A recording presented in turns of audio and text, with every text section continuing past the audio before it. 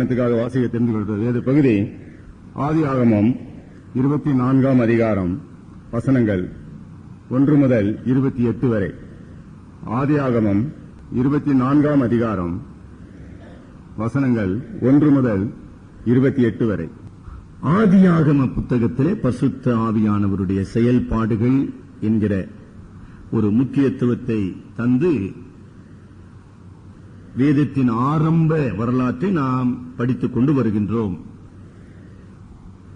Abraham எவ்விதமாக நமக்கு ஒரு சிறந்த முன்மாதிரியாக வைக்கப்படுகின்றார். இன்றைக்கு தேவனுடைய பிள்ளைகளாகவும் தேவனுடைய திருச்சபையின் அங்கங்களாகவும் நாம் எத்தனையோ ஸ்லாக்கியங்களை பெற்றிருக்கிறோம். ஆபிரகாமை கொஞ்சம் சிந்தித்து பாருங்க. ஆபிரகாமுக்கு சபைன்னு ஒண்ணு ஏதாச்சும் இருந்ததுங்களா? இப்படிப்பட்ட மகத்துவமான வேதம் ஒண்ணு ஏதாச்சும் இருந்துச்சா? அவனோடு கூடி ஜெபிக்கக்கூடிய இன்னொரு ஆத்மா அவன் தேடி கண்டுபிடிக்க முடியுமா? இத்தனை பாதகமான சூழ்நிலையில ஆபிரகாம் இருந்தான். ஆனா சிறந்த விசுவாசியா இருந்தான். நாம் இவ்வளவு சாதகமான சூழ்நிலையில் இருக்கிறோம், ஒரு உதவாத விசுவாசியா இருக்கிறோம். We have so many privileges, but our faith is so poor. ஏதாச்சும் ஒரு விளக்கம் கேளுங்க. என்னப்பா அது ஒண்ணு தீராது சார். மண்டக்காயிருதுன்னு சொல்லுவாங்க இந்த மெட்ராஸ்ல. நான் ஒரு மெட்ராஸ்காரன். என்னப்பா உங்க விசுவாச வாழ்க்கை எப்படி, குடும்ப சூழ்நிலையில கர்த்தர் எப்படி? அதங்க சார் புரியல. அவர் தான் பழம் பெரும் விசுவாசியா இருப்பாருங்க. பழம் பெரும் விசுவாசி இல்லங்க, ஒன்னும் தெரியாதுங்க. எதுக்குங்க இதெல்லாம்? எனக்கு அருமையானவர்களே, இந்த ஆதியாகமம் 24ஆம் அதிகாரத்தில் மிக ஆழமான அற்புதமான உண்மைகள் உண்டுங்க. நான் ரெண்டு தலைப்பில் மட்டும் 2 செய்திகளை உங்களோடு நான் பகிர்ந்து கொள்ள விரும்புகிறேன். இன்றைக்கு கடவுளின் வழி நடத்துதல் என்கிற தலைப்பின் பேரில் இந்த 24ஆம் அதிகாரத்தை நம்ம படிக்க போகிறோம். அதுக்கு அடுத்த வாரம் திருமணத்தை குறித்து ஆதியாகமம் 24ஆம் அதிகாரம் எப்படி கடவுளுடைய சித்தத்தை நாம் புரிந்து கொள்ள வேண்டும், how to discover God's guidance in my marriage, அதை மட்டும் வலியுறுத்தி பேச விரும்புகிறேன். ஏன்னா நிறைய வாலிபர்கள் நம்முடைய சபையில் இருக்கிறீங்க.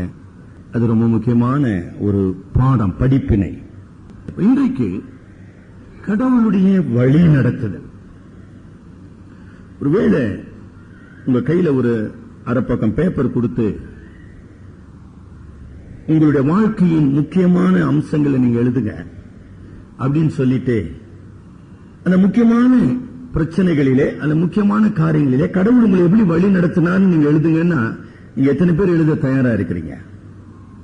உங்களால் எழுத முடியுமா? ஆதியாகமம் 24ஆம் அதிகாரம் ஒரு சின்ன காரியம் இல்லைங்களா? திருமணம். இந்த ஒரு சின்ன விஷயத்துக்காக 24ஆம் அதிகாரத்தில் எத்தனை வசனம் இருக்கு தெரியுமா உங்களுக்கு? The longest chapter in the book of Genesis. 67 வசனங்கள் எழுதப்பட்டது. உங்களுடைய வாழ்க்கையில எத்தனையோ முக்கியமான சம்பவங்கள் நடந்துள்ளன. அந்த சம்பவத்துல கர்த்தர் உங்களை எப்படி வழி நடத்தினார்னு 3 லைன் உங்களால எழுத முடியுமா? Can you write 3 sentences? What a shame. சிந்திக்கணுங்க. நான் விசுவாசின்னு சொல்றதுல என்ன சார் அர்த்தம்? எதுக்கு நான் விசுவாசியா இருக்கணும்? யோசனை பண்ணுங்க. Can you imagine how God is so much concerned about our life? எப்படி சார் உங்க திருமணம் அத ஒரு வழியா நடந்ததுங்க? இது சொல்றதுக்கு ஒரு விசுவாசியா? இன்னும் பேசிக் கொண்டிருக்கிறேங்க. எப்படி நம்ம சாட்சி பகர போகிறோம்? எப்படி நம்முடைய இளைய தலைமுறையினருக்கு நம்ம கடவுள் இருக்கிறார், கடவுள் நடத்துகிறார், கடவுள் செயல்படுகிறார்ன்றது how will you prove? என்ன செய்ய போறீங்க? வேடிக்கை தான் பார்க்க போறீங்க.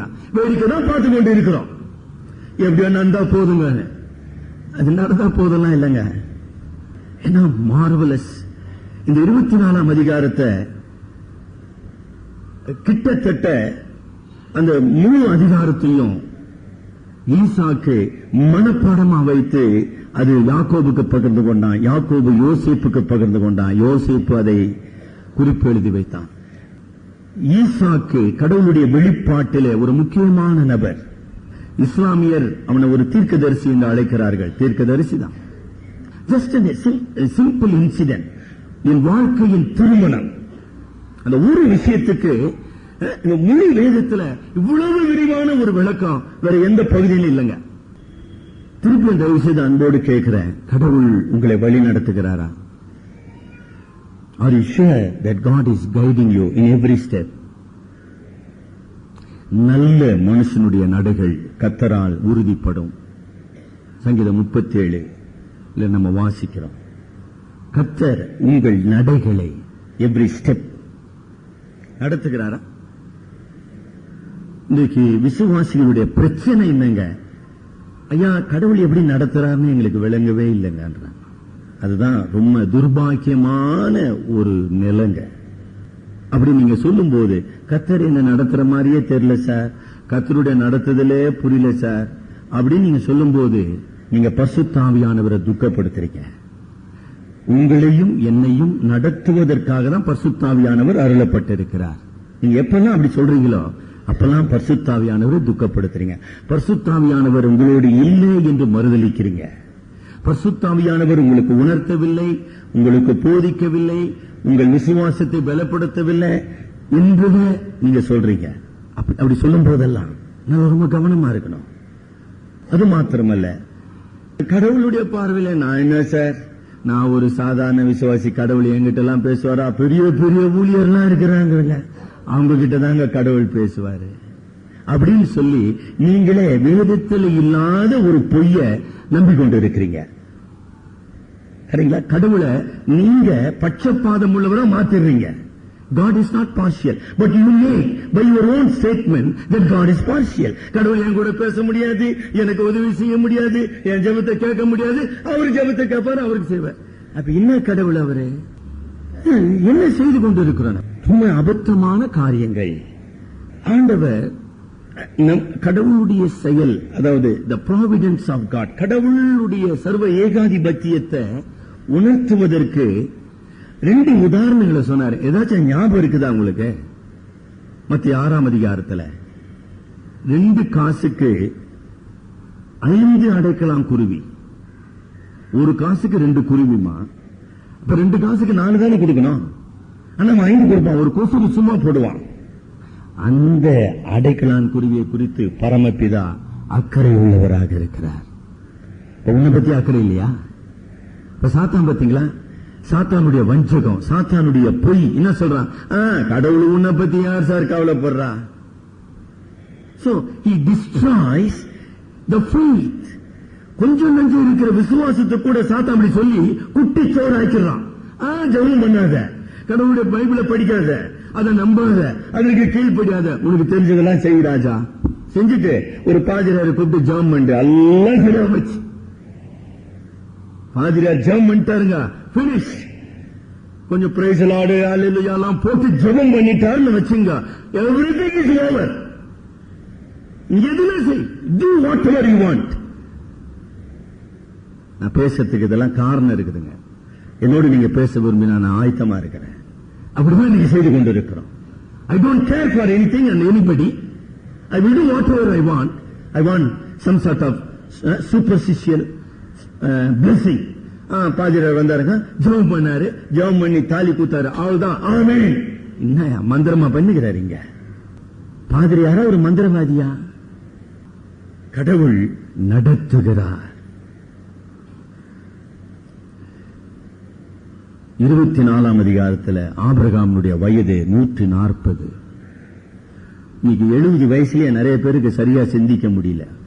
கோச்சுக்காதீங்க, எனக்கு கூட ஒரு நாளைக்கு 70 வயசு ஆக போகுது. So we don't think properly. நான் மன கஷ்டத்தோடு பேசிக் கொண்டிருக்கிறேன். சார் வயசாச்சு சார், சார் வயசாச்சு சார், சரியா சிந்திக்க முடியல, சரியா பேச முடியல, சரியா தீர்மானிக்க முடியல. என்ன அது? 140 வயசுல கரெக்டா பேசுறான் சார். அவன் தான் சார் மனுஷன். ஏன் உன்னால பேச முடியல? Because he had a closer relationship with God. கடவுளோடு அவன் உறவுடையவனா இருந்தான். he can think right, he can make right decision. அவ்வளவுதான். ஈசாக்க கூப்பிட்டு, அப்பா எனக்கு வயசாகி போச்சு, நீ ஒரு நல்ல பொண்ணா பார்த்து கட்டிக்க ராஜானாரா? சொல்றதுக்கு எவ்வளவு நேரம் ஆகும் சொல்லப்பா. இப்ப பாருங்க, நம்ம பிள்ளைகள் என்ன நினைக்கிறாங்க, அது பெருசுங்களுக்கு எல்லாம் வயசாயிடுச்சுங்க, அதுங்களுக்கு என்னங்க தெரியும்ன்றாங்க. இங்க கொடுக்கிற பட்டம் பெருசா. ஜாக்கிரதப்பா, கடவுள் உன்னை நடத்துகிறாரான்றத முடிவு செஞ்சுக்கப்பா. பெருசு சிறுசு இதெல்லாம் கவலை கிடையாது. ரொம்ப அமேசிங் ஃபேக்ட், ஆபிரகாமுடைய முதிர்ந்த வயதுல ஒரு சிறந்த தீர்மானத்தை அவன் செயல்படுத்துகிறான். என்ன பியூட்டிஃபுல், என்ன அழகா இருக்குது பாத்தீங்களா? அதாவது ஆபிரகாமுடைய அதாவது நீதிமொழிகளை வாசிக்கிறோம், முதிர் வயதினால் வருகின்ற நரைமயிர் கிரீடத்துக்கு ஒப்பானது. படிச்சிருக்கீங்களா? கிரீடம், the maturity, the wisdom, the prudence, the faith, அதெல்லாம் அப்படியே ஆபிரகாம் வச்சு பாருங்க. இந்த 24ஆம் அதிகாரத்தில் ஆபிரகாம் ஒரு தலை சிறந்த மனிதனாக இருக்கிறான். he must be crowned. என்ன beautiful, the stately behavior, every word. அந்த திரும்ப வீட்டில் போய் பொறுமையா படிங்க. ஆபிரகாமுடைய ஒவ்வொரு வார்த்தைகள் எவ்வளவு அளந்து, எவ்வளவு நுணுக்கத்தோடு, எவ்வளவு தெளிவாக, எவ்வளவு உறுதியுடன். வேவரிங்க கிடையாது, வளவளா கொலகளா முஞ்சா பாரு அப்படின்னா ஏதாச்சும் பேசுறாரு ஆபிரகாம். இவ்வளவுதான் விஷயம். Do it, finish. அந்த உறுதி பாருங்க. தமிழ்ல பழமொழி சொல்லுவாங்க, கடுகு சிரித்தாலும் காரம் சிரிக்காதுன்னு. எனக்கு வயது ஆகிறதுனால நான் விசுவாசத்தில் பலவீனப்பட வேண்டிய அவசியம் இல்லை. எனக்கு வயது ஆகிறதுனால என்னுடைய தீர்மானங்கள் தடுமாற வேண்டிய அவசியம் கிடையாது. எனக்கு வயது ஆகிறதுனால நான் இன்றைய சூழ்நிலையை புரிந்து கொள்ள முடியாமல் தடுமாற வேண்டிய அவசியம் கிடையாது. நீங்க நம்ம அப்படிலாம் சில பேர் சாக்கு போக்கு சொல்லுகிறான். என்ன சார், ஐயோ பையன் வந்து அமெரிக்கால இருக்கிறான் சார், நம்ம எங்க சார் பொண்ணு பாக்குது, எப்படியோ பார்த்துன்னு போட்டு சார். இதான் ஒரு பதிலா? என்ன பதிலுங்க அது? என்ன பேசிக் கொண்டு இருக்கிறோம்? That means you are unfit to make a right judgment. What a sad. இப்ப கடவுள் உன்னை வழி நடத்த முடியாது, உன்னை பயன்படுத்த முடியாது, ஒன்னும் செய்ய முடியாதுங்களா? வாழ்க்கையிலங்க மரணங்களும் திருமணங்களும் மாபெரும் மாற்றங்களை உருவாக்குகின்றது. நீங்க அதை தவிர்க்கவும் முடியாது. You cannot avoid the changes caused by death and by marriage. Nobody can change. அதை கொஞ்சம் வலியுறுத்தி சொல்ல விரும்புகிறேன். மரணத்தை நாம தீர்மானிக்க முடியாது, தேவன் தீர்மானிக்கிறார். திருமணங்களை நாம் தீர்மானிக்க முடியும், தேவனுடைய ஒத்தாசையோடு. தேவனுடைய ஒத்தாசையோடு அதை நான் தீர்மானிக்கவில்லை என்றால் அந்த தீர்மானத்தின் விளைவுகளை நான் அறுவடை செய்ய வேண்டும். as an individual, தனி மனிதனாக, குடும்பமாக. ஒவ்வொரு நாள் இப்ப இன்னைக்கு தினத்தந்தி பேப்பர் தான் வாங்கணும், அப்படி சும்மா அந்த சில பக்கங்கள் அப்படி திருப்புங்க. எத்தனை கொலைகள், எத்தனை தம்பதிகளுடைய கொலைகள் தூக்குல தொங்கின்னு இருக்கிறாங்க. இதற்கு தினத்தந்தி பேப்பர். இதற்கு பெயர் தான் வாழ்க்கையா? இன்னைக்கு எத்தனை குடும்பங்களிலே நாம் கண்ணீரையும் வேதனையையும் ஏக்கத்தையும் பிரிவினையையும் நீங்க did you make the right decision? சரியான தீர்மானங்களை நாம் செய்தோமா? எவ்விதமாக கடவுள் நம்மை வழி நடத்துகிறார், எவ்விதமாக அவருடைய சித்தத்தை புரிந்து கொள்ள நமக்கு உதவி செய்கிறார், கடவுள் எவ்விதமாக நம்மோடு பேசுகிறார், கடவுள் எவ்விதமாக சூழ்நிலைகளின் மூலமாக செயல்படுகிறார். கடவுள் ஒரு பிரச்சனையில மற்ற மனிதர்கள் அதில் இணைந்திருக்கிறார். இப்ப ஈசாக்கினுடைய திருமணத்துல அங்க தகப்பனாகி ஆபிரகாம் இருக்கிறாரு, தலை ஊழியனாகிய எலியேசர் இருக்கிறார், ரெபெக்காள் என்கிற ஒரு பெண்ணு, காணாத பார்க்காத தெரியாத பேசாத ஒரு பெண்ணு, அது கனவு கண்ணி கூட கிடையாது, யாருமே கிடையாது. Just imagine, he never knew. who will be his wife? Nobody knows. அந்த ரெபேக்காளுக்கு ஒரு அப்பா, அவளுக்கு ஒரு அம்மா, இவ்வளவு பேர் இருக்காங்க. இத்தனை பேர் மத்தியில தேவனுடைய திட்டம் நிறைவேற வேண்டும். நிறைவேறுகிறத நம்ம 24ஆம் அதிகாரத்துல பார்க்கிறோம். என்ன சார், பெத்துவேலு பெரிய விசுவாசியா? லாபான் பெரிய விசுவாசிங்க. அவன் ஆரம்பத்திலிருந்து பொருளாசக்காரன் இருக்குது. In spite of human failures, கடவுள் செயல்படுகிறார். ரொம்ப அமேசிங் ஃபேக்ட்ங்க. கடவுள் நம்முடைய வாழ்க்கையில அக்கறை உள்ளவராக நம்மை நடத்துகிறவராக இருக்கிறார்.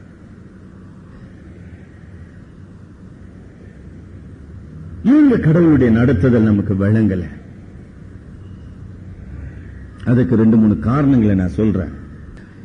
உங்களால உட்கார்ந்து உங்களுடைய வாழ்க்கையில நடந்த முக்கிய நிகழ்ச்சிகள்ல கடவுளுடைய நடத்துதலை குறித்து 3 சென்டென்ஸ் உங்களால இன்னைக்கு எழுத முடியுமான்னு பாருங்க தயவு செய்து. அப்படி ஏன் நீங்க எழுத முடியலன்றதுக்கு நான் காரணம் சொல்றேன்.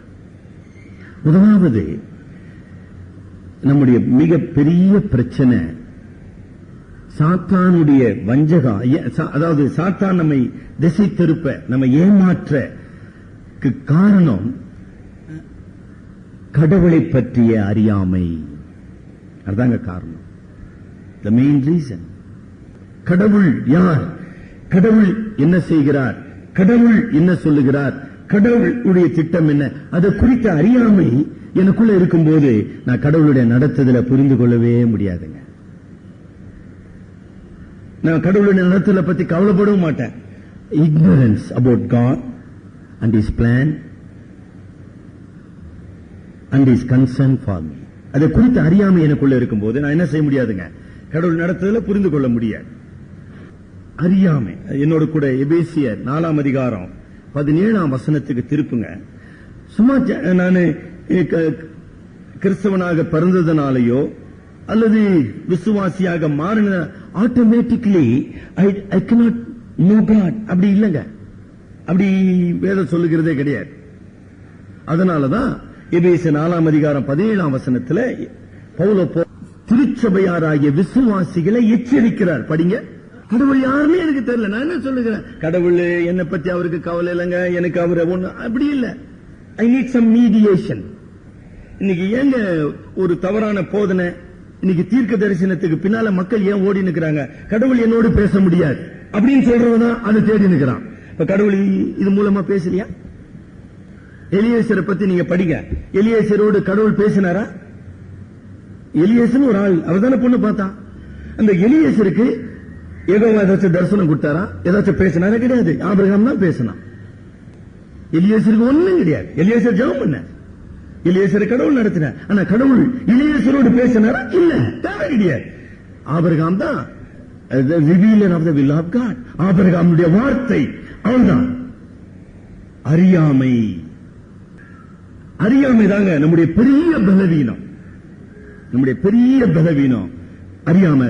மற்ற மனிதர்களும் சரி, மற்ற சூழ்நிலைகளும் சரி, சாத்தானும் சரி, நம்ம எளிதில் அவன் திசை திருப்ப முடியும்.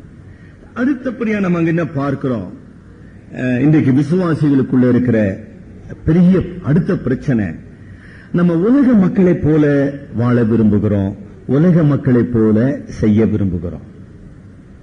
அந்த உலக மக்கள் என்பதை நான் வலியுறுத்தி சொல்லுவேன். என்னங்க அர்த்தம்? அவிசுவாசிகளை போல. ஏன் அவிசுவாசிகளை போல நம்ம எல்லாம் செய்யணும்? அவசியம் கிடையாதுங்களே. எதுக்கு செய்யணும்? தேவை கிடையாது. இங்க ஆபிரகாம் செய்தாரா? அவன் தங்கியிருந்த ஏத்தியர், எபூசியர், அமலேக்கியர், பெலிஸ்தியர், கானானியர், கிர்காசியர், அவங்கள பத்தி அவங்கள மாதிரி ஏதாச்சும் ஒண்ணு செஞ்சானா ஆபிரகாம்? ஒண்ணு செய்யல, தூக்கி போட்டான், போங்க நல்லா.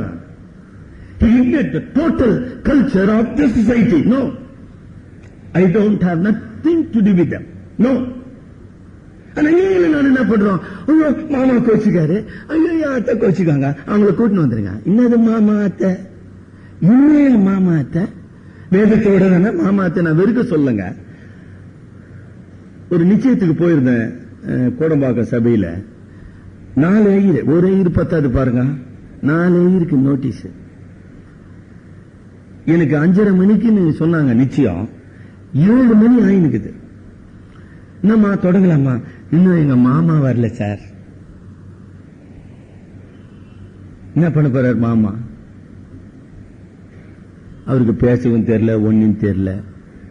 அதாவது we follow the worldly ways. அதுதான் கேள்வி. நான் உலகத்தை வெறுக்க சொல்ல, அதாவது உலகத்தை விட்டு நம்ம பிரிந்து வாழணும்னு தேவன் அழைத்திருக்கிறாரு. ஆனா உலக வழிகளை சார்ந்து செயல்பட அவசியம் இல்லை. உலக சிந்தை அதுக்கு நம்மை நாமே சிக்க வைத்துக் கொள்கிறோம். ஆகையினால கடவுளுடைய நடத்துதல் நமக்கு விளங்குவதில்லை. மூன்றாவது காரணம், ஏங்க கடவுளுடைய வழி நடத்த நமக்கு விளங்கவில்லை? நம்முடைய சுய சித்தத்துக்கு நாம் முக்கியத்துவம் கொடுக்கிறோம். எந்த ஒரு மனிதன் சுய சித்தத்துக்கு முக்கியத்துவம் கொடுக்கிறானோ கடவுள் அவனோடு பேச முடியாது. யூதாஸ் காரியோத் சுய சித்தத்துக்கு முக்கியத்துவம் கொடுத்தான். 30 வெள்ளிக்காய் சம்பாதிக்கணும். என்னதான் ஆண்டவர் சொன்னாலும் காட்டி கொடுக்க போறான் அப்படின்னா கூட அவனுக்கு தலையில ஏற போறதே கிடையாது. When you are controlled by your self will, the spirit of God cannot reveal his will. நம்மளே க்ளோஸ் பண்ணிடுறோம். ஏன்னா சுய சித்தம், சுய பெருமையை தேடுகிறோம். சுய பெருமை. அப்படிப்பட்ட ஒரு சூழ்நிலையில கடவுள் நம்மோடு கூட இடைப்பட முடியாது. இந்த அடிப்படையில, அதாவது அறியாமை, உலக வழி, சுய சித்தம் எந்த ஒரு நபரில் ஆட்கொண்டு இருக்குதோ அவர்கள் விசுவாசத்தை பெற்றிருக்க முடியாது. விசுவாசம் இல்லாதபடியினாலே அவர்கள் கீழ்ப்படிய முடியாது. கீழ்ப்படிய மனம் இல்லை. ஆகவே கடவுளுடைய நடத்துதல் நமக்கு விளங்கும். இங்க எப்படி சார் ஆவியானவர் அல்லது கர்த்தருடைய வார்த்தை ஆபிரகாம எப்படி வழி நடத்தினது? இங்க நல்ல 2வது வசனம் படிங்க. 2:3 ஆபிரகாம் ஈசாக்குக்கு திருமணம் செய்ய போறாரு. ஈசாக்கு கூப்பிட்டு ஏதாச்சும் பேசினாரா? இல்ல. இங்க ஊழியக்காரன் கூப்பிட்டு பேசினுக்கிறார். எதுக்கு? சொல்றதை செய்ப்பான்றதுக்கு. நான் இன்னும் உனக்கு சொல்றேன்னா அதை செய், அவ்வளவுதான். அவங்ககிட்ட ஆலோசனை கேட்கல. எலியேசர் கிட்ட ஆபிரகாம் ஆலோசனையும் கேட்கல. இப்படி எலியேசர் இப்படி செஞ்சா நல்லா இருக்குமா, ஒரு பொண்ணுங்களாம் கொஞ்சம் ஏற்பாடு பண்ணுப்பான் அப்படிலாம் சொன்னாரா? சொல்றத செய்ப்பான். என்னங்க காரணம்? தகப்பனாக. 1 ஆபிரகாம் தகப்பன், 2 அவன் தீர்க்கதரிசி, 3 அவன் உடன்படிக்கையின் சுதந்திரவாளி. மறந்துடாதீங்க. Is not an ordinary man. First of all, he is a father. He has a right. Prerogative சொல்வாங்க ஆங்கிலத்தில். தனி உரிமை. தகப்பனாக குடும்பத்தினுடைய தீர்மானங்களை எடுப்பதில் சுய அதிகாரமுடையவன். அது சரியாக பயன்படுத்தினாம, தவறாக அல்ல. அவன் ஒரு தீர்க்கதரிசி. Is a prophet. தீர்க்கதரிசி சொல்லும்போது தேவனுடைய வெளிப்பாட்டை பெற்றவன். அவன் ஒரு உடன்படிக்கையின் சுதந்திரவாளி. ஒரு பெரிய விஷயம். ஆக தன் குடும்பத்தினுடைய எதிர்காலம் அவர்களிடத்தில் அல்ல, கடவுளுடைய சித்தத்தின்படி நடக்க வேண்டும். அப்ப குடும்பத்தினுடைய எதிர்காலத்தின் தீர்மானத்தை கடவுளுடைய சித்தத்தின்படி தீர்மானிக்கிற ஒரு தகப்பன். 17ஆம் அதிகாரம் ஆதியாகமம் 17 இன்னும் அழகா 7ஆம் வசனம் படிங்க. ஆபிரகாம் 24ஆம் அதிகாரத்தில் செயல்பட்டதனுடைய அடிப்படை காரணம் எங்க ஆரம்பிக்குது பாத்தீங்களா? நம்ம எங்க ஆரம்பிக்கிறோம்? பொண்ணுக்கு வயசாயிடுச்சுங்க, சீக்கிரம் மூச்சுங்க. இங்க ஆரம்பிக்கிறோம். எனக்கும் பொண்ணுங்க இருக்கிறாங்க, எல்லாம் வச்சுதான் பேசின்னு இருக்கிறேன். இங்க ஆரம்பிக்கிறோம்.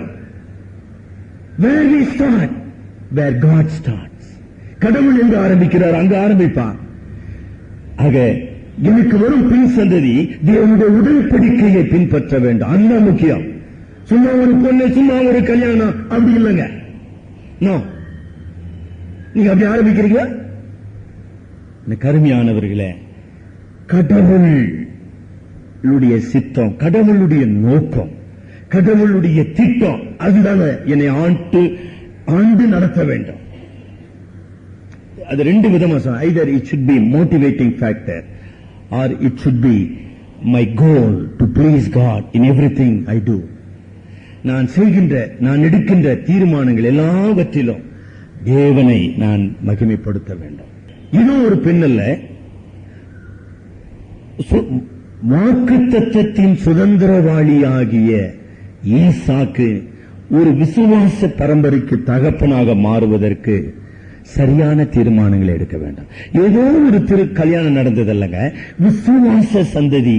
நல்லா கவனிச்சுங்களா, இந்த எம்பசைஸ் ஃபெய்த்ஃபுல் ஜெனரேஷன், விசுவாச சந்ததியை உருவாக்குவதற்காக ஒரு பெண் நான் தீர்மானிக்க வேண்டும் என்பதை அங்க நம்ம பார்க்கிறோம். அடுத்தபடியா அங்க நம்ம பார்க்கிறோம், அங்க இருக்கிற ஒரு முக்கியமான பிரச்சனை. 6ஆம் வசனம் படிங்க, 24ஆம் அதிகாரம் 6ஆம் வசனம். பின்னால் என்ன சொல்றாரு, இந்த கானானிய ஜாதிகளிலே, அதாவது 3ஆம் வசனத்துல, நான் குடியிருக்கிற கானானுடைய குமார்த்திகளில் நீர் எனக்கு என்னங்க காரணம்? அதுக்கு ஆபிரகாமுக்கு வயசு என்னங்க? 140. அவனுக்கு அந்த சுற்றி உள்ள கலாச்சாரங்கள் எல்லாவற்றையும் அவனுக்கு தெரியும். ஆபிரகாம் ஏற்கனவே ஆகார் என்கிற ஒரு அடிமை பெண்ணை திருமணம் செய்தவன். அவனுக்கு கேத்தூரால் என்கிற இன்னொரு பெண் மனைவி இருக்கிறார். அவனுக்கு அதெல்லாம் தெரியும். தெரியாத அவன் தீர்மானிக்கவில்லை. அதனால சொன்னேன், மெச்சூரிட்டி. இந்த கானானிய மக்களிடத்திலே காணப்படுகின்ற பழக்கங்கள், மூட நம்பிக்கைகள், தெய்வ பக்தியற்ற காரியங்கள், கடவுளை அறியாத குருட்டுத்தனம், இவைகளினால பிடிப்பட்டிருக்கிற இந்த ஜாதிகளில் இருந்து, இந்த தெய்வ பக்தியற்ற சமுதாயத்திலிருந்து எனக்கு பெண்ணு வேணாப்பா. கரெக்டுங்களா? என்ன அருமையான அந்த நோக்கம் பரிசுத்த தேவனுக்கு பிரியமுள்ள ஒரு விசுவாசியாக இருக்க வேண்டாம். நோக்கம் ஆபிரகாம் வலியுறுத்தி சொல்லுகிறத பார்க்கலாம். 2 கொரிந்தியர் 6ஆம் அதிகாரம், 2 கொரிந்தியர் பவுல் அப்போஸ்தலன் அவ்வளவு பெரிய ஒரு எச்சரிப்பை எழுதுவதற்கு ஆபிரகாமுடைய ஒரு நல்ல படிப்பினையா இருக்குது இல்லைங்களா? 2 கொரிந்தியர் 6ஆம் அதிகாரம் சில வசனங்களை நம்ம படிப்போம். 14ஆம் வசனம். பெரிய ஒரு புதிய ஏற்பாட்டின் போதனையை எழுதுவதற்கு யார் காரணம்? ஆபிரகாம். என்ன அழகா அந்த லாஜிக்கல் ரீசனிங், என்ன பியூட்டிஃபுல். அநீதிக்கும் நீதிக்கும், ஒளிக்கும் இருளுக்கும், தேவனுக்கும் பேலியாளுக்கும், பரிசுத்தத்துக்கும் அசுத்தத்துக்கும் எங்கப்பா சம்பந்தம்? தூக்கி போடுப்பா. அப்படிப்பட்ட ஒரு வைராக்கியத்தை ஆபிரகாம் கொண்டிருந்தான். ஈசாக்கு கொண்டிருந்தானா? இல்ல. எப்படிப்பா தெரியும்? ஏசா போய் இருக்கிற பொண்ணெல்லாம் கூட்டின்னு வந்தான். வாப்பா வாப்பான்னு கூட்டுக்கணும். படிச்சு பாருங்க. யாக்கோபுக்கு ஏதாச்சும் ஆக்கிறச்சா? அப்பா அவனுக்கு 1 2 12 பசங்க, எப்படின்னா ஒழிஞ்சு போங்கடா, எனக்கு தொல்லை இல்லாத போதுன்ற அதே நிலைமையில் அந்த பிரின்சிபல் பாலிசி ஃபாலோ பண்ணான். இந்த ஆபிரகாமுடைய வைராக்கியம் இருந்ததா? பியூட்டிஃபுல். அது மாத்திரம் இல்ல, அதாவது கானானிய ஜாதிகள் பலதார திருமணங்களை கொண்டவர்கள். ஆனா அங்கு அது ரொம்ப முக்கியமான விஷயமா, அதாவது நாம் வாழ்கின்ற சமுதாயத்திற்கு வித்தியாசமான முறையில செயல்படுதல். இங்கு ஆபிரகாம் ஈசாக்குக்கு ஒரு மனைவியை திருமணம் செய்தான். பியூட்டிஃபுல். இந்த நடத்துதலுக்கு அடிப்படை என்ன? தேவனோடு உள்ள உடன்படிக்கை, தேவனோடு உள்ள வாக்குத்தத்தம், தேவனோடு உள்ள உறவு, தேவனுக்கு பேரிலான பரிசுத்த வைராக்கியம். இவைகளினாலே அவன் செயல்பட்டான். சூழ்நிலைகளினால் அல்ல, நிர்பந்தத்தினால் அல்ல. அப்படி செயல்படவே இல்லை. அவனுடைய தீர்மானங்கள் நிர்பந்தத்தினால் எடுக்கப்படவில்லை, தேவனுடைய சித்தத்தினாலே, தேவனுடைய வார்த்தையினாலே எடுக்கப்பட்டது என்பதை நம்ம பார்க்கிறோம். சங்கீதம் 32:8 படிங்க சொல்றான். சரி, ஆண்டவர் சொல்லுகிறாரா? எப்படி சார் கடவுளுடைய சித்தத்தை அறிந்து கொள்வது? முதலாவது, கடவுளுடைய பரிசுத்த தன்மைக்கு எது பொருத்தமானதோ, எது சரியானதோ அவைகளை நான் விரும்ப வேண்டும். அதான் ஆரம்பம். கடவுளுடைய சித்தம் எனக்கு வெளிப்பட வேண்டுமானால் கடவுளுக்கு பிரியமானதை செய்ய, கடவுளுடைய பரிசுத்த தன்மைக்கு ஏற்றவைகளை நான் விரும்ப வேண்டாம். ஆவியானவர் உங்களுக்குள்ள அந்த விருப்பத்தை தந்திருக்கிறாரா? அதான் ஆரம்பம். ஆபிரகாம் தனக்கு விருப்பமானது அல்ல, தன் மகனுக்கு விருப்பமானது அல்ல, தேவனுக்கு விருப்பமானதை செய்ய தன்னை ஒப்புக் கொடுத்தான். கடவுள் வெளிப்படுத்தினார். வாக்கு தத்தம். இரண்டாவது, கடவுளுடைய வழிநடத்துதல் எப்படிமா? வாக்கு தத்தத்தை தந்து தேவன் நம்மை வழி நடத்துகிறார். இன்னும் வாக்குத்தத்தத்தை நம்ம ஏற்கனவே படிச்சோம். நான் உன் சந்ததியை பெருக பண்ணுவேன், நீயும் உன் பிள்ளைகளும் தலைமுறை தலைமுறையாக என்னுடைய உடன்படிக்கையின் பிள்ளைகளாக இந்த உலகத்தில் வாழ வேண்டும். வாக்குத்தத்தம், promises of God. அந்த வாக்குத்தத்தம் நிறைவேற தன்னை ஒப்பு கொடுத்தான். இங்கே ஒரு வாக்குத்தத்தத்தை அவன் சொல்றான் பாருங்க. 7ஆம் வசனம் கடைசி தத்தான். உன் சந்ததிக்கு இந்த தேசத்தை தருவேன் என்று சொல்லி ஆணையிட்டவருமான வானத்துக்கு தேவனாக சேரத்துக்கு முன்னால கர்த்தருடைய தூதனார் அவங்க போயிட்டா இருப்பான். அவரெல்லாம் ரெடி பண்ணி வச்சிருந்தாரு, போய் கூட்டின்னு வைப்பாங்க. ஏன்னா அஷூரன்ஸ் இல்லைங்களா? So faith is an assurance of things unseen. காணாதவைகளின் நிச்சயம், காணப்படாதவைகளின் நிச்சயம், நம்பப்படுகிறவைகளின் உறுதி. என்ன பியூட்டிஃபுல்! அதான் விசுவாச பார்வை, the sight of faith which can perceive unseen things. உங்களுடைய வாழ்க்கையில வாக்கு தத்தம், கடவுள் உங்களுக்கு தந்த வாக்கு தத்தம் நீங்கள் காணாதவைகளை காணும்படியாக, நீங்கள் கண்டிராதவைகளை பெற்றுக் கொள்ளும்படியாக உங்களுக்கு வழி நடத்துதுங்களா? அதுதாங்க வாக்கு தத்தத்தின் வேலை. வேதத்துக்கும் வாக்கு தத்தத்துக்கும் என்னங்க வித்தியாசம்? உங்களுக்கு ஏதாச்சும் வித்தியாசம் தெரியுங்களா? வேதம் இருக்குது சார், நம்ம கிட்ட வேதம் இருக்குது. we have the word of God. இதுல வாக்கு தத்தம் இருக்குது. அப்ப வேதத்துக்கும் வாக்கு தத்தத்துக்கும் என்ன வித்தியாசம்? வேதம் நமக்கு 119ஆம் சங்கீதம் 105ஆம் வசனத்துல கர்த்தருடைய வேதம் கால்களுக்கு தீபமும் பாதைக்கு வெளிச்சம். அப்ப இந்த வேதம் கடவுளுடைய தன்மை, கடவுளுடைய நோக்கம், கடவுளுடைய சித்தம், கடவுளுடைய திட்டம், இவைகள் எல்லாம் வெளிப்படுது. அதாவது வெளிச்சத்தை கொடுக்குது. வெளிச்சம் நாம் காண செய்கிறது.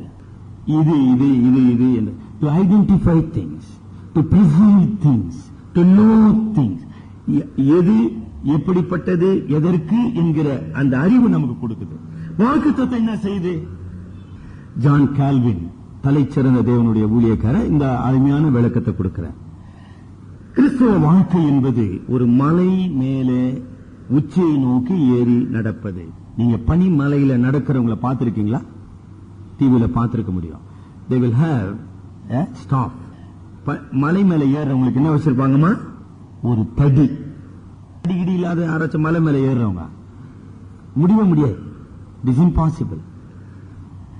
வெளிச்சம் நான் காரியங்களை பார்க்க உதவி செய்கிறது. The word of God enlightens my mind to perceive things in right perspective. சரியான கண்ணோட்டத்தில் காரியங்களை விளங்கிக் கொள்ள எனக்கு வேதம் உதவி செய்கிறது. வாக்குத்தத்தம் நான் செய்ய வேண்டியதை செய்து முடிக்க என்னை பலப்படுத்துகிறது. இதான் வித்தியாசம். தெரிஞ்சுக்க, எல்லாம் தெரிஞ்சுக்க.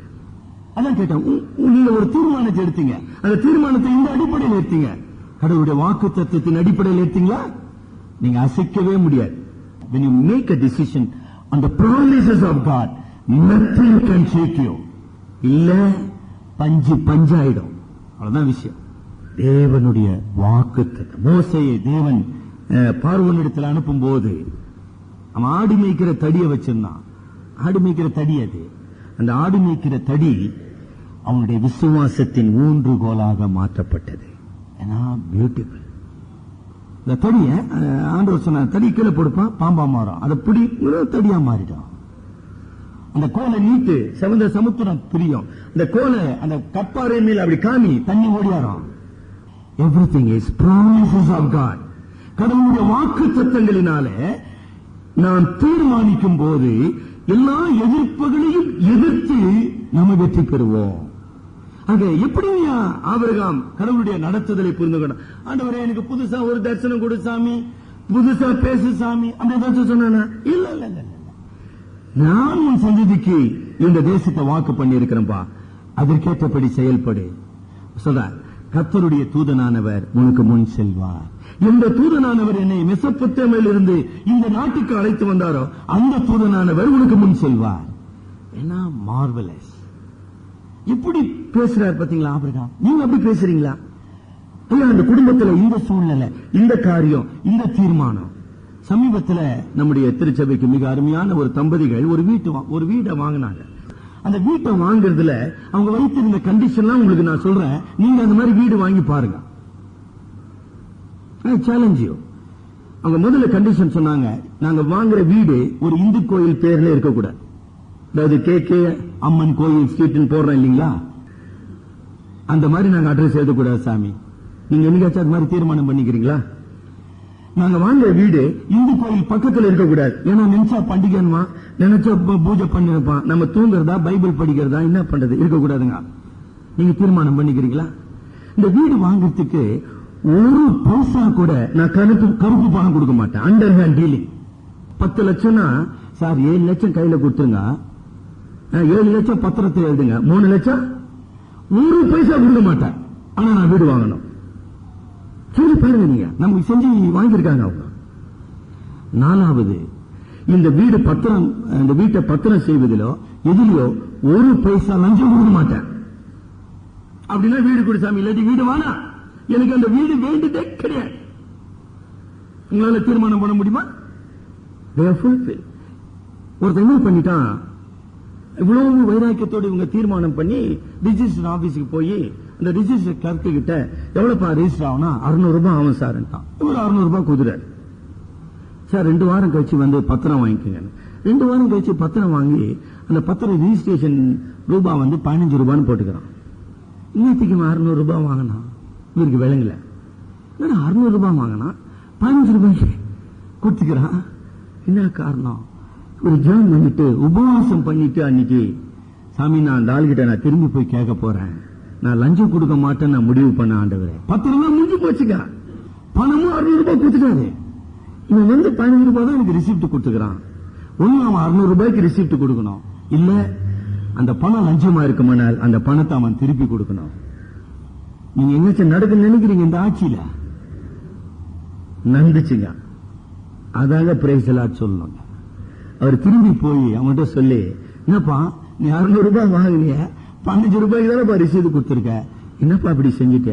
அவன் பாத்துக்கிறான், என்னடா இவர் புதுசா பேசினுக்கிறாரு. இல்ல சார் அதான் சார் கணக்கு. எப்படிப்பா கணக்கு, கொஞ்சம் எழுதி கொடுப்பானுங்கிறாரு. அப்புறம் சொல்லிட்டு, நான் கடவுளுடைய பிள்ளை, நான் ஒரு பைசா கூட லஞ்சம் கொடுக்க மாட்டேன். ஆக நீ அதை லஞ்சமா வாங்கியிருப்பாயானால் அதை நீங்க தயவுசெய்து திருப்பி கொடுத்துருங்க. நீங்க திருப்பி கொடுக்கல, அதனுடைய சாபத்தை நீங்க அனுபவிப்பீங்க சொல்லிட்டாரு. அவர் முஸ்லீம். நல்லா பாருங்க, அந்த ரிஜிஸ்டாருக்கு ஒரு அமௌண்ட் போவோம். அந்த ரிஜிஸ்டர் அமௌண்ட் கூட அவன் பாக்கெட்ல இருந்து எடுத்து போட்டு, சார் தயவுசெய்து எடுத்துன்னு போங்க சார். ரிட்டர்ன் பேக் த மணி. 585 ரூபாய் திருப்பி கொடுத்துட்டாமா. நடந்தது. விசுவாசத்தினால் வராதது எதுவும் பாவம். வைராக்கியம் இருக்கணும் சார். அவன் உங்களோட வீடு வேணும்னு அவசியமே கிடையாது. கொடுத்தா அப்படி கொடு சாமி, இல்லாட்டி தேவை கிடையாது. We don't want that. We don't want anything. இப்ப இருக்கிறது போதும். இப்ப நான் சந்தோஷமா இருக்கிறேன், நான் உங்களுக்கு ஊழியம் செய்யறேன், அவ்வளவுதான் விஷயம். விளங்குதுங்களா? கானானிய ஜாதிகளில் தேவனை அறியாத விக்கிரக ஆராதனையில பாவமான சீர்கேடுகளில் நிரம்பின சமுதாயத்திலிருந்து நீ பெண் கொள்ளாமல் தேவனுடைய வாக்கு தத்தம் நிறைவேறும்படி என்னுடைய தேசத்திலிருந்து நீ கொண்டு வாப்பா. இந்த வைராக்கியம் பார்த்தீங்களா நோக்கம். இன்னும் ஒரு சில காரியத்தை சொல்லி நான் வேகமா முடிக்கிறேன். நோக்கம் நல்லதா இருக்கணுங்க, அதற்கான முறைகள் சரியா இருக்கணும். சில நேரம் நம்ம என்ன பண்றோம் தப்பு, the end justifies the means ன்னு ஒரு தவறான ஒரு கூற்று உண்டுங்க. என்னுடைய முடிவு சரியாக இருக்குமானால் நான் அதற்காக பயன்படுத்துகிற வழி சரின்னு ஒரு ராங் பிலாசபி இன்றைக்கு உலகத்தில் செயல்பட்டுக் கொண்டு அரசியல்வாதிகள் மக்கள் எல்லாம் செய்கிறதான். justifies the means. No. நல்ல கவனிங்க. தேவன் பரிசுத்தம் உள்ளவர், தேவன் வாக்கு மாறாதவர், தேவன் வழி நடத்துகிறவர். ஆக தேவனுடைய நோக்கம் சரியாக இருக்குமானால் அதை அடைவதும் வழியும் சரியாக இருக்க வேண்டும். பொண்ணு பார்க்கறதுல ஒரு பொய் சொன்னா என்ன சார்? இப்படித்தானே சொல்றான். ஒரு பொய் சொல்லி என்னத்துக்கு கல்யாணம் பண்ணோம்? அங்க பரிசுத்தம் உள்ள தேவன் இருப்பாரா? அதை கடவுள் ஆசீர்வதிப்பாரா? பொய் இருக்க கூட. அப்ப என்ன செய்யறாருங்க ஆபிரகாம்? மிக தெளிவான உத்தரவுகளை தருகிறார். இன்னும் தெளிவான உத்தரவுப்பா. ஒன்னு, கானானிய தேசத்துல நீ பெண் கொள்ளக்கூடாது. இரண்டாவது என்ன செய்யக்கூடாதுமா? 8வது வசனத்தினுடைய பின்னின பாகம், என் குமாரனை மறுபடியும் நீ மெசொப்பொத்தாமியாவுக்கு என்ன செய்யக்கூடாதுங்க? ஒண்ணுமே செய்யக்கூடாது. ரொம்ப முக்கியமானது. கடவுள் இந்த தேசத்தை வாக்கருளி இருக்கிறார். அவன் இங்கதான் இருக்கணும். குடி எந்த காலத்து முன்னிட்டு அவன் பின்னால போக கூடாது. மிக ஜாக்கிரதையா இருன்ற. அப்புறம் என்ன சொல்ற பாருங்க, அந்த 8ஆம் வசனத்துல ஒரு எலியேசர் ஒரு சாக்கு சொல்ற, பெண் என் பின்னே வர மனதில்லாதே ஆகில் அப்பொழுது நீ இந்த ஆணைக்கு கட்டாயப்படுத்தாத, யாரையும் கட்டாயப்படுத்தாத. The Spirit of God gives the full freedom of will. பரிசுத்த ஆவியானவர் நம்மை கட்டாயப்படுத்துகிறதே கிடையாதுங்க. எங்க அக்கா இங்க இருக்கிறாங்க நான் நினைக்கிறேன். பெரிய அக்கா இங்க அமர்ந்திருப்பாங்க. எங்க பெரிய அக்கா ஒரு சிலருக்கு தெரியும். எங்க பெரிய அக்காளுக்கு முதல்ல ஒரு திருமணம் நிச்சயம் பண்ணாரு எங்க அப்பா. திருமணம் நடப்பதற்கு 2 நாளைக்கு முன்னால அந்த திருமணத்தை கேன்சல் பண்ணார். ஒரு சிலருக்கு தெரியும். எங்க அக்கா இங்க அமர்ந்திருக்காங்க. அப்ப எங்க அக்காவை கூப்பிட்டு எங்க அப்பா கேட்டாரு, என்னம்மா நீங்க திருமணம் செய்து கொள்ள விரும்புகிறியா, அல்லது அதே நாள்ல இன்னொரு மாப்பிள்ளைய வச்சு திருமணம் செஞ்சிடலாமா? எங்க அக்கா சொன்னாங்க, நான் திருமணம் செய்ய மாட்டேங்க. ஒரு பொய் சொன்னார் அந்த மாப்பிள்ளை. ஒரே ஒரு பொய் தான் சொன்னார். ஆகவே இது கடவுளால் வந்ததில்லை, நான் திருமணம் செய்ய மாட்டேன். அந்த நாள்ல எனக்கு திருமணம் ஆகணும்னு அவசியமும் கிடையாது, இன்னொரு மாப்பிள்ளையும் நான் திருமணம் செய்ய மாட்டேன். நிற்பன நல்லா கவனிச்சீங்களா? கட்டாயப்படுத்துவது கிடையாது. பரிசுத்த ஆவியானவர் ஜெபமணி சொல்லுமான்ட்டார் எங்க அப்பா. கல்யாணம் கேன்சல். 65ஆம் ஆண்டு இதே ஆலயத்தில் கல்யாணம் கேன்சல். அப்புறம் எங்க அக்கா கல்யாணம் நடக்காது போயிருச்சா? கர்த்தருடைய சித்தம் கர்த்தருடைய வழியிலே நிறைவேற்றப்பட வேண்டும். இந்த கர்த்தருடைய சித்தத்தை நிறைவேற்ற கடவுள் எலியேசர் என்கிற ஒரு அருமையான மனிதனை ஆபிரகாமுக்கு கொடுத்தார். என்ன பியூட்டிஃபுல். அடுத்த சிந்தனையில நம்ம எலியேசரை பற்றி அதிகமா படிப்போம். வள்ளுவர் சொன்னார், இதனால் இவன் செய்து முடிக்கும் என்று ஆராய்ந்து அதனை அவன் கண் விடல். ஆக கடவுளுடைய சித்தம் நம்முடைய வாழ்க்கையில நிறைவேறும் பொழுது அந்த சித்தம் நிறைவேறுவதற்கு சரியான நபர்களை, சரியான சூழ்நிலையை, சரியான காரியத்தை கடவுள் ஆண்டு நடத்துகிறார். God is at work. கடவுள் சர்வ வல்லவராக அவருடைய ஆளுகையின் கீழ் இருக்கிற மனிதர்கள், சூழ்நிலைகள் எல்லாவற்றையும் அவர் ஆண்டு நடத்த முடியும். அதை 24ஆம் அதிகாரத்தில் நீங்க பார்க்கலாம். கடவுள் ஒரு காரியத்தை சித்தம் கொள்வாரானால் அதை நிச்சயமாக நடத்தி முடிப்பார். அதற்கான சரியான நபர்களை தருவார். என்ன எலியேசர், என்ன அற்புதமான ஒரு கேரக்டர், என்ன பியூட்டிஃபுல் இல்லைங்களா? ஆபிரகாமின் தேவனை அறிந்தவன், முதிர் வயது உள்ளவன், ஆபிரகாமின் விசுவாசத்தை அறிந்தவன், ஆபிரகாமினுடைய உத்தம ஊழியக்காரன், ஃபெய்த்ஃபுல், வயது முதிர்ந்தவன், அனுபவசாலி, உணர்ச்சிகளினாலே தீர்மானிக்கிறவன் அல்ல, சுயநலமுடையவன் அல்ல, சுய ஆதாயம் தேடுகிறவன் அல்ல, தன்னுடைய எஜமானுடைய சித்தத்தை நிறைவேற்றுகிறவன், எல்லாவற்றுக்கும் அதிகாரி. பியூட்டிஃபுல். எலியேசர் உண்மை உள்ளவனாக, விசுவாசம் உள்ளவனாக, ஜெபிக்கிறவனாக, கீழ்ப்படுகிறவனாக, ஆபிரகாமுடைய சித்தத்தை நிறைவேற்றுகிறவனாக. தலைவனுக்கு நாம் ஜெபிப்போம். கடவுள் நம்மை நடத்துகிறாரா? கடவுள் உங்களை நடத்துகிறாரா? நீங்கள் இப்பொழுது சந்திக்கிற பிரச்சனைகள், அது எந்த பிரச்சனைனா இருக்கலாம். எனக்கு அருமையான சகோதரி சகோதரியே, ஆபிரகாமின் தேவன் நம்முடைய தேவன். ஆபிரகாமோடு உடன்படிக்கை செய்த தேவன் இயேசு கிறிஸ்து மூலமாய் நம்மோடு உடன்படிக்கை செய்திருக்கிறார். நீங்கள் பரிசுத்தரும் குற்றமற்றவர்களும் தேவனுக்கு பிரியமான பிள்ளைகளாய் நடக்கும்படிக்கு நான் உங்களை தெரிந்து கொண்டேன் என்று கர்த்தர் சொல்லுகிறார். ஆக கிறிஸ்து இயேசு நமக்கு கொடுக்கப்பட்ட உடன்படிக்கையை நிறைவேற்ற கர்த்தர் நம்மிலே செயல்படுகிறார். உடன்படிக்கையின் அடிப்படையில் என்னுடைய வாழ்க்கையை நான் வகுத்து மாற்றிக் கொள்ள வேண்டும். நான் விசுவாசி, நான் கடவுளுடைய பிள்ளை, நான் இந்த உலகத்துக்குரியவன் அல்ல, இந்த உலகத்தின் பாதையிலே, உலகத்தின் வழிகளிலே செயல்படுகிறவன் அல்ல, உலக ஆதாயத்தை நாடுகிறவன் அல்ல, தேவனுடைய சித்தத்தை செய்கிறவன். தேவன் வாக்கு செய்தார், வாக்கு மாறாதவர். அவர் தம் தூதனை உனக்கு முன்பாக அனுப்புவார். அதாவது கடவுள் உனக்காக செயல்படுவார். நம்ம 86ஆம் சங்கீதத்தில் வாசித்தோம். கர்த்தர் எனக்காக யாவையும் செய்து முடிப்பார். உங்களுடைய விசுவாசம் அப்படி இருக்குதுங்களா? தேவனுடைய நோக்கம் நிறைவேற பரிசுத்த வைராக்கியம் உடையவனாக ஆபிரகாம் செயல்பட்டான்.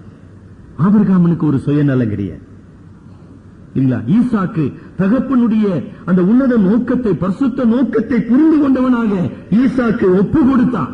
கேள்வி கேட்கல, உனக்கு வயசாயிடுச்சுன்னு சொல்லல. அனைவருமாக சேர்ந்து கர்த்தருடைய சித்தத்தை செய்ய வேண்டும். கர்த்தருடைய சித்தம் செய்ய என்னிலே உள்ள தடைகள் என்ன? அறியாமை, உலக சிந்தை, சுய சித்தம், அவிசுவாசம், கீழ்ப்படியாமை, இவைகள் இருக்குதா? அன்பின் ஆண்டவரே, வல்லமையுள்ள தேவனே, எங்களுக்காக உமது விலையேற பெற்ற ரத்தத்தை சிந்தினவரே, நாங்கள் இந்த உலகத்துக்குரியவர்கள் அல்ல. இந்த உலகத்திலிருந்து மீட்கப்பட்டு உம்முடைய நித்திய மகிமைக்கு, நித்திய ராஜ்யத்துக்கு சுதந்திரவாளிகளாக நாங்கள் அழைக்கப்பட்டிருக்கிறோம். அதற்காக நன்றி செலுத்துகிறோம்.